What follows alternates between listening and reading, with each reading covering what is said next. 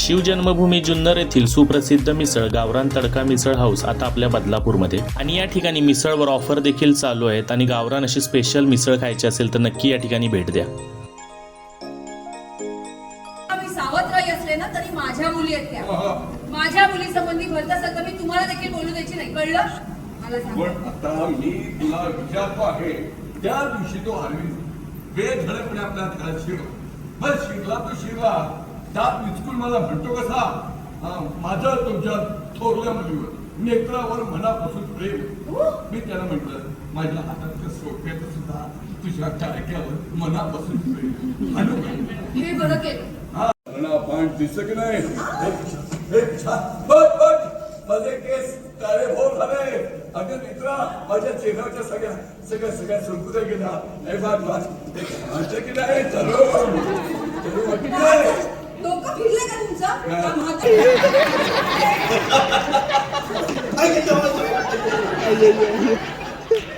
तो जाफराबादचा टोणगा गेला आणि हा मद्रासी तेल्या मारून आला. एक चल घरातून मुसळ घेऊन येते आणि याचा बाळ हंट्या करते. किशा मुसळ घेऊन ये. सरकारी कामाला अडथळा आला जेलमध्ये आतमध्ये टाकला त्याला बसत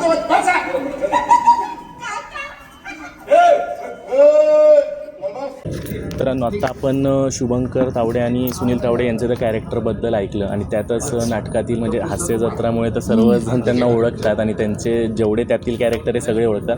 पण ह्यातलं कॅरेक्टर आपण विचारूया चेतना भट मॅमला की ह्यातलं कॅरेक्टर काय आहे तुमचं? ह्यातलं एक म्हणजे आता मगाशी झालंच सुनील तावडेंना तुम्ही भेटलात ते माझे अहो आहेत या नाटकात. कचेश्वर आणि विद्यागौरी असं आमचं कपल आहे ज्यांचा हा वाडा आहे. ओके. आणि ती एक थोडीशी मुलींच्याबद्दल पॉझिटिव्ह ज्या ती तिसरी बायको आहे त्यांची ॲक्च्युली. पण ते तिच्या सावत्र मुली आहेत त्यांच्या पहिल्या 2 बायकांच्या. तर त्या मुलींबद्दल जरा पॉझिटिव्ह आहे. मग नवऱ्याशी जरा भांडखुदळ आहे. नवऱ्याचं तिचं एकमत कशातच नाही आहे असं. पण तेवढी काळजी पण आहे, ती प्रेमळ पण आहे. असं एक जरा टिपिकल एका बायचं कॅरेक्टर आहे. म्हणजे किती वर्षांनी तुम्ही पुन्हा म्हणजे नाटकाकडे वळालात? आणि 3-4 वर्षांनी तरी नाटक करत असेल, 4 वर्षानंतर. ओके. आणि म्हणजे थोडं दडपण होतं काय होतं? होतं, नक्कीच होतं. कारण एवढ्या वर्षांनी परत मी नाटक करते आणि एवढं आधी गाजलेलं नाटक आहे अत्रेंनी लिहिलेलं आणि विजय सरांच्या दिग्दर्शनाखाली परत काम करायचं, संजय दादा बरोबर काम करायचं. सरांचं दिग्दर्शन म्हणजे मी आत्तापर्यंत जे बघतोय नाटकं त्याच्यामध्ये विजय सरांचं नाव आहेच. तर त्यांच्या दिग्दर्शनाबद्दल तुम्ही काय सांगा? आता पण ते ॲक्च्युली थोडं ना काहीतरी चालूच आहे त्यांचं तिकडे. तर माझं अर्ध लक्ष तिकडे पण चालू आहे काम. त्यांच्या अजून बारकावे चालू आहेत. आता दुसराच प्रयोग आहे. याच्यावरनंच कळते आपल्याला की ते त्यांना किती परफेक्शन पाहिजे आहे नाटकात आणि कोणी काय करावं कोणी काय करू नये याच्याबद्दल ते पहिल्यांदा फ्री सोडतात ॲक्टरला. हे मला वाटतं की खूप चांगलं आहे ॲक्टरसाठी की तुम्हाला जे पाहिजे ते करा. जर नाही आवडलं, समोरून नाही छान दिसलं, नाही पटलं तर मी कट करतो, पण तुम्ही करा, तुम्हाला जे वाटतं ते करा.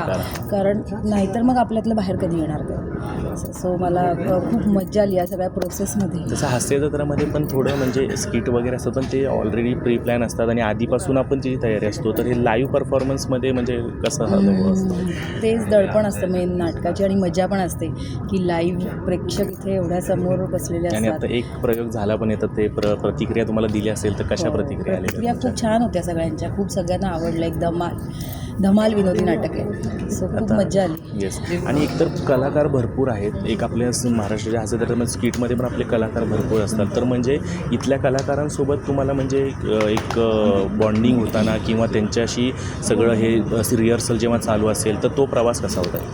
रिहर्सलची प्रोसेस पण मी खूप एन्जॉय केली कारण की मी संजय दादाबरोबर आधी 3 नाटकं केलेली आहेत. हे 4थं नाटक आहे पण बरेच वर्षांनी आहे. सो त्याला जवळून बघणं एक ट्रीट आहे वेगळी. आणि बाकी सगळ्या कलाकारांबरोबर मी फर्स्ट टाईम काम करते पण तरी एक भट्टी खूप छान जमली आमची आणि आम्ही खूप मज्जा करत प्रयोग करतो.